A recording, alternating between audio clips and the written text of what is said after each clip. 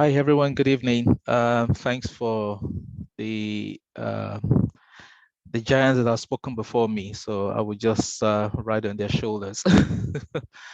I think I'm the baby of the house among the three that are speaking today.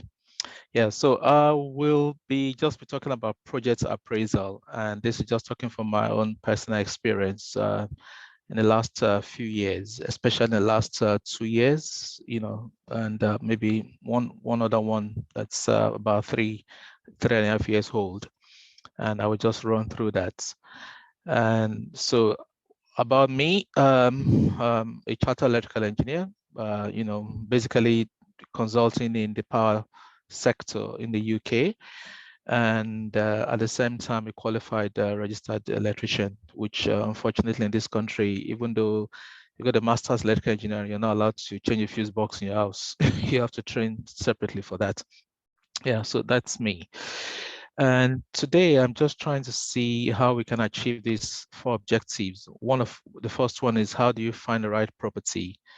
And in under that radar, three things I've highlighted there. One is the property, second is the finance, and the third is the builders.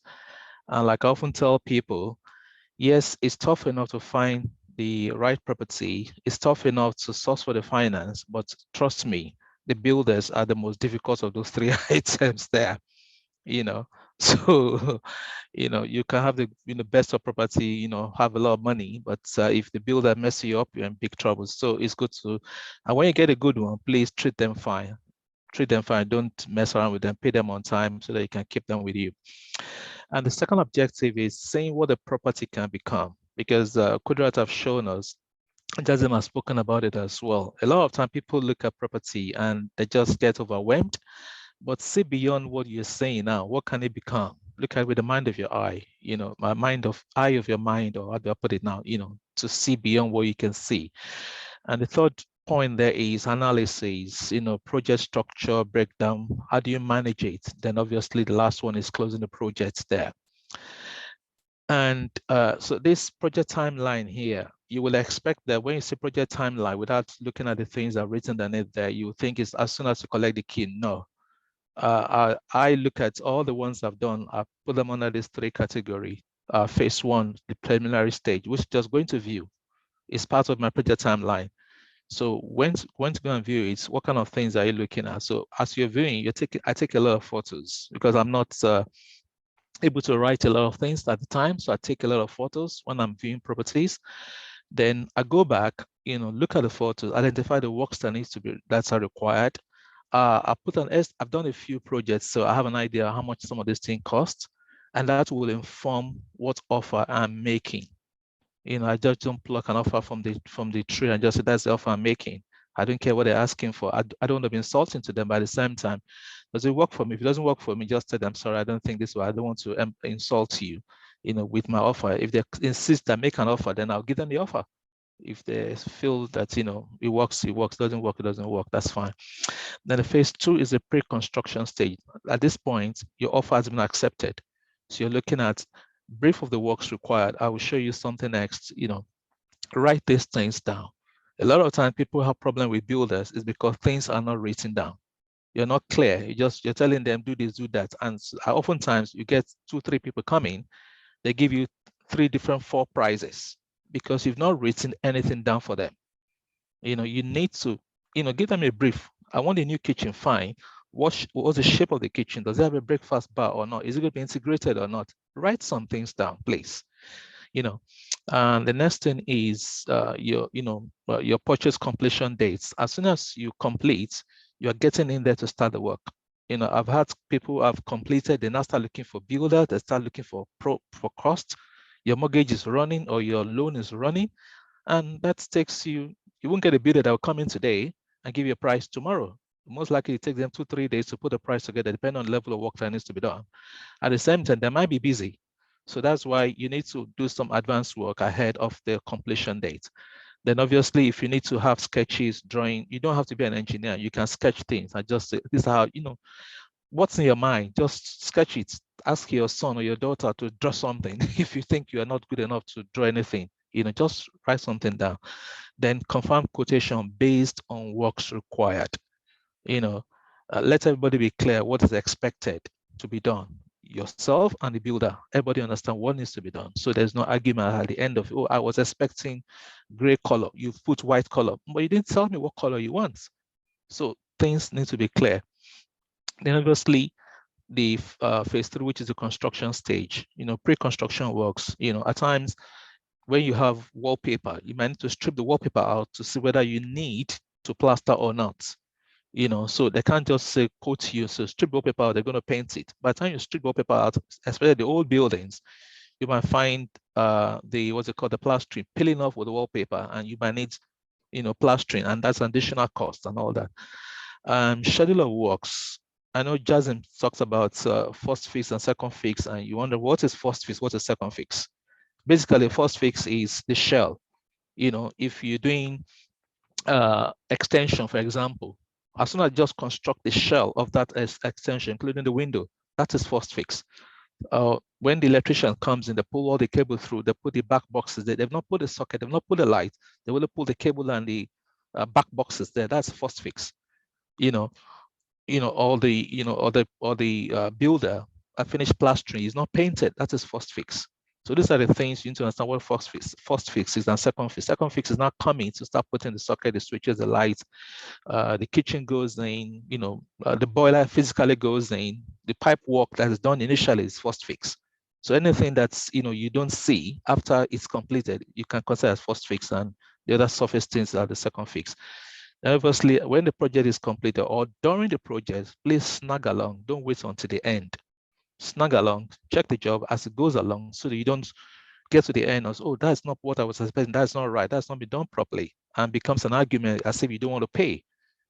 So snag along as you go. Let them do their job, don't disturb them, but snag along as you then ultimately the last point there is you sign off the project. Yeah. Under that, you look at it, I look at it as services and builders works. And builders works comprise of anything that doesn't fall under electrical, plumbing, or gas. That's how I categorize it. I just put it there, depending on level of work you want to do. So those 4 categories I use all the time for my projects as well.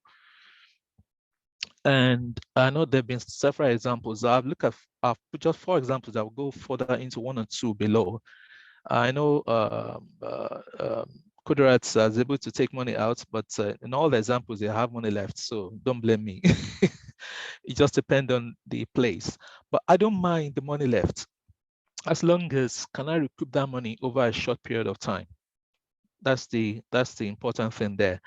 The first sample 1 there, that property was bought for 285. Associated costs, that includes your stamp duty, legal fee, and everything. And build cost, because this was, I will show you the details later. By the time the whole thing was complete, it was 380. New valuation was 485. So if this was going to be sold today, there's an appreciation of around £4,000 there, to be taken, So, but it's not being, we're not selling it, so we're keeping it that way. Same with sample 2. That was a 322, and that was just in December here. Associated costs I've explained. Build cost is just completely refurbish it, new plumbing work, new electrics, replaster.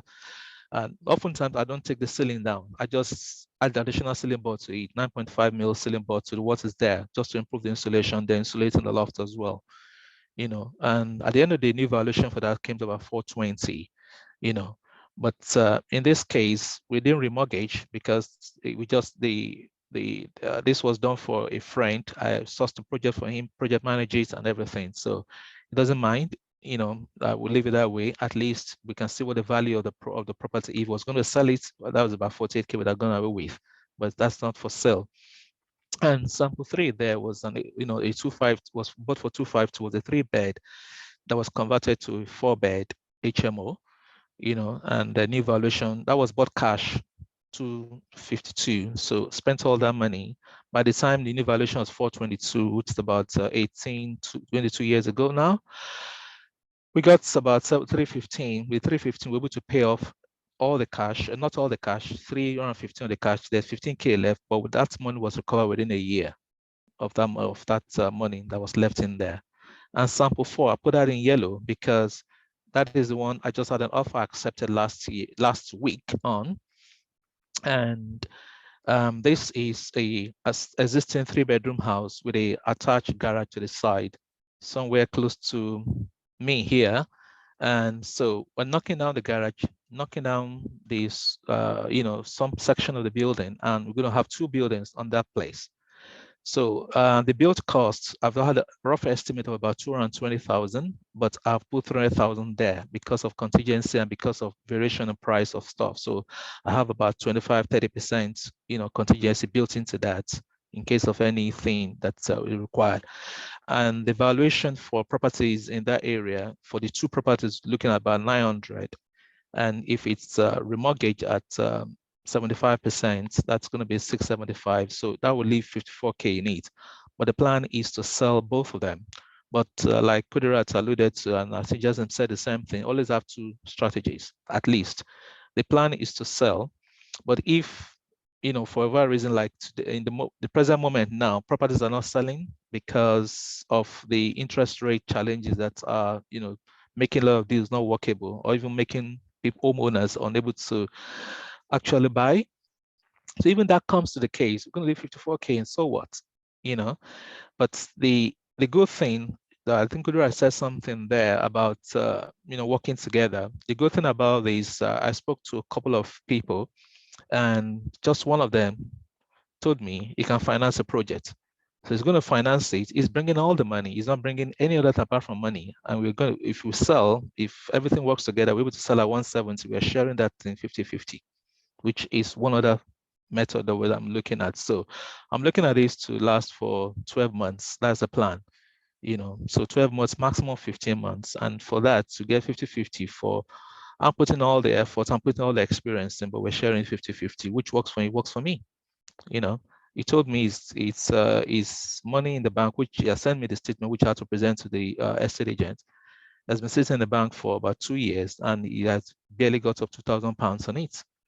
And in a year, he's going to be getting, about 85 grand on it. So why will he not want to do it with me next time? Yeah, this is an example of what I said. You need to, be clear. If you look at those items, that this is what I use all the time for all my projects. Preliminary clearouts, I define, remove wallpaper. When I'm giving this to the builder, I'm telling them what they need to do. So there's no ambiguity. Obviously, if there's anything I've not mentioned, I tell them, please tell me.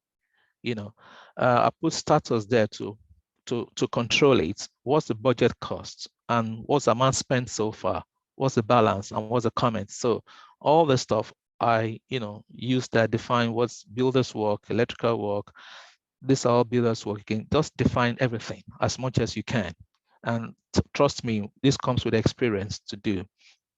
And so at the end of the day, we say refurbishment cost. This was the second sample I showed before. I think we ended up spending about 32,000, even though initial estimate was about 37K, but 32 was spent in completing it. All right. Sorry, I've gone too far.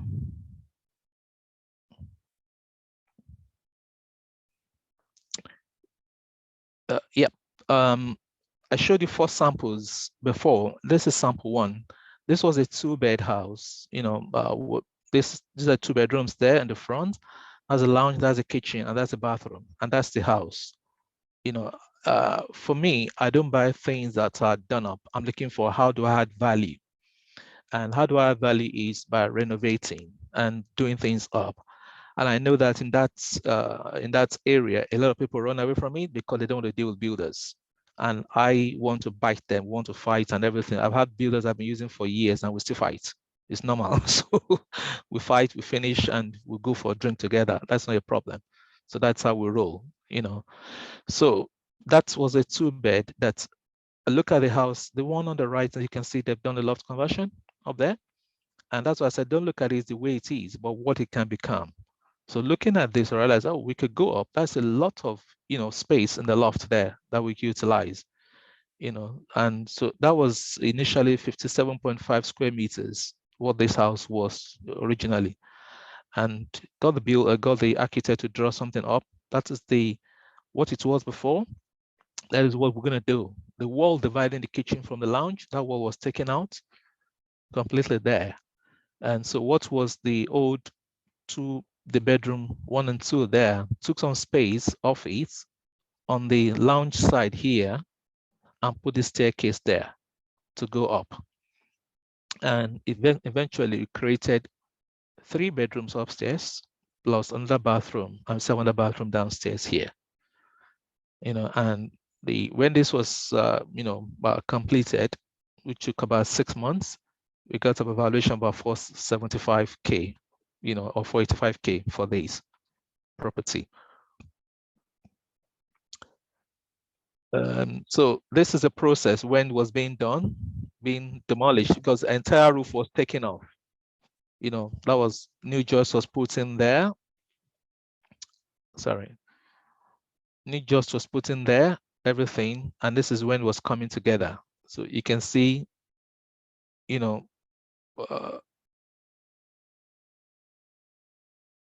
sorry, from here, what it was looking like and what it's looking like, that was the back done, loft extension done up there. So that's the kind of thing I want to do. Knock things to the ground and build them back up. And the sample 2 that I showed was the one that's, this was how it was looking. The only good thing in this house was the bathroom, because this bathroom was done less than a year before it was bought in October last year, because the council had come in for the elderly woman to put this bathroom in, and they put a charge on the house to get the money back when it was going to be sold. So that's how things are done. So it was a bit of challenge when they were saying they will rip it out. Why do you want to rip it out? Don't rip it out, please, because that's the only thing. I didn't plan to do any work in the house. The bathroom, it was just in a good state. But this is how things are.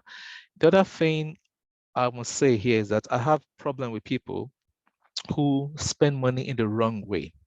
I was recently called to help one of my builders with some electrical work in a property was working on somewhere in Plumstead. He putting in so much money, spending money, putting new kitchen and everything. And the wiring of the house was in just a terrible state. When you go and look at the property and you start seeing sockets in the skirting, just rewire. Don't think about it. Don't think about it. That was wired in the 70s, So I'm not saying everything is rewired, but I just feel that spend money the right way and you will save yourself a whole lot of stuff later on. I've had cases where people have had it, they've done extension and extended the heating system, but the original heating system was on a single pipe run. It's not not the 2-pipe system that we use now. So it affects the efficiency of the cooling system. I've run into that in the HMO one when I thought I would just use the existing one. No, just rip it out and put it in. It's going to cost you a bit more, but you are rest assured that have this for the next, you're given the property another 20, 30 years to live. Literally, that's what you've done, like a brand new building together. So in this case, this house was just, you could just paint, and yes, there are some property you don't need to do so much, but this one was just tired. And you just feel they've not done anything, in the last 20, 25 years there. So just rip it out and we just completely got it and, take it back and build it back. And we could see the potential. And when you see things like these, back burners like this, you need a new boiler. Please stop skimming about it. Just put it in, spend the money. This was how it was looking. We still have plans for this garage here because it's a double garage and there's a street behind there. So look at the potential, what the house can become, not what it is now. And obviously, after we finish, this is what it's looking like now. Using it for service accommodation, and it's making this money there. All right. Thanks for listening to me. Thank you, Austin. Really lovely projects there. Interesting. Thinking outside the box. Any questions for Austin, please? Yeah, Austin, hello. Hi. Yeah. How much of your money, if I may ask, on any of these projects? Because I could see the figure, 75%, some of them. How much of your money or is it all joint venture Um, with investors? all right, I've got some that are joint venture approach where people just some people I have some few friends who don't like dealing with tenants.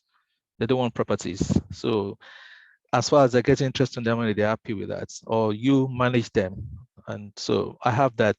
I think I have at the moment within the company over £300,000 of investors' money. Yeah. Thank you. You're welcome. Any other questions for Austin? Thank you so much, Austin. Sorry. Yeah, thanks, Kudak. Can I just say one thing? One of the things I noted down when Justin was talking, he talks about what kind of things you put in the property. Yes, you don't want to go cheap, but please buy durable stuff. Because durable does not mean expensive. So let's balance those two things because you're not going to be the one that will be there. So don't go, and expensive does not mean durable, but just make sure what you're buying, what you're putting there is durable because people don't care as much as you will care after your property. Trust me. I second that wholeheartedly. I second that and I understand that totally, especially if you're also doing service accommodation. So I agree with that totally. Again, what I wanted to say is with regards to Austin's projects, I think Austin, correct me if I'm wrong, they're predominantly in the south part of the southeastern part. And so getting into projects or properties like Austin, they're on the higher side. It's just like you investing in London and you investing up north. So I invest predominantly up north. And so if you look at my values and Austin's values, you can see there's a difference. So up north, I was getting a property for 135, 150, 200. You can get that up north. But what tends to happen, you can't get that down London or Kent or whatever. You can't just buy that. Again, getting into the deal is easier up north because if you have 100K, you can do deals. 100K is not going to get you anywhere down south. And so you can see of the difference in terms of what you can get into. Secondly, your strategy. In the south, your property appreciation is quicker. Up north is more cash flow when you're talking about yield and you're talking about money back. So as an individual, as a property investor, as a business, you need to also think about what you want to get in the property project you're going into. If it's just about cash flow, then you look for cash flow, high cash flowing strategies. And if it's a bit of both, then you move closer south and then you can probably do strategies for projects like Austin's or even closer to anywhere along the M25 corridor would suit that. So literally, you have to think about what you want to do. And again, you can have a little bit of both. You can have properties in south and you can have some up north. So you can have a little bit of both. It just depends on your appetite again for risk and what you want to do and how much money you have to invest in. So that would be my little nugget there.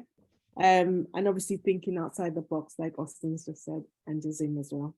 So any other questions? Anything else? You can, even if you have questions for myself or Jazim, we're happy to kind of cover that.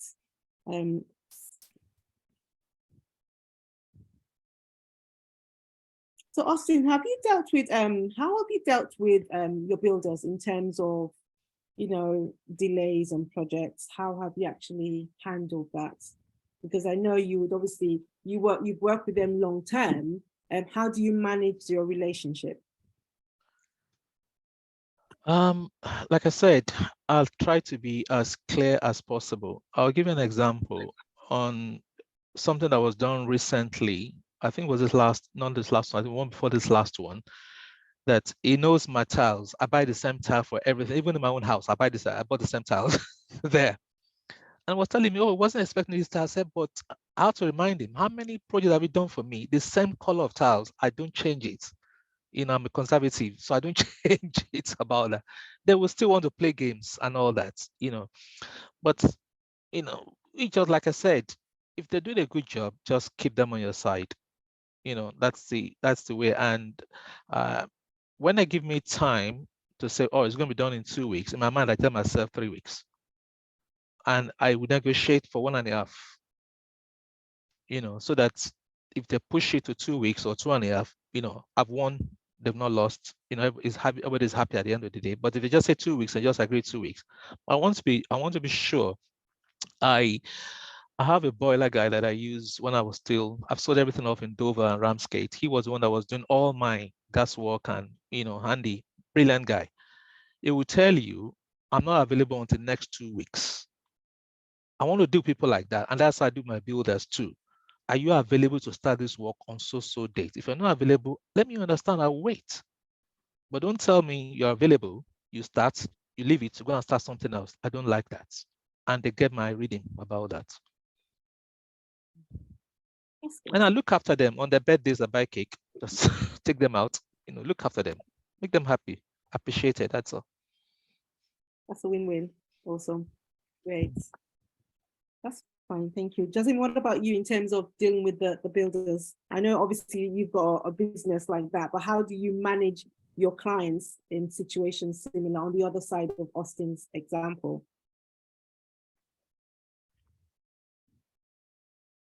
Jasmine? Hello?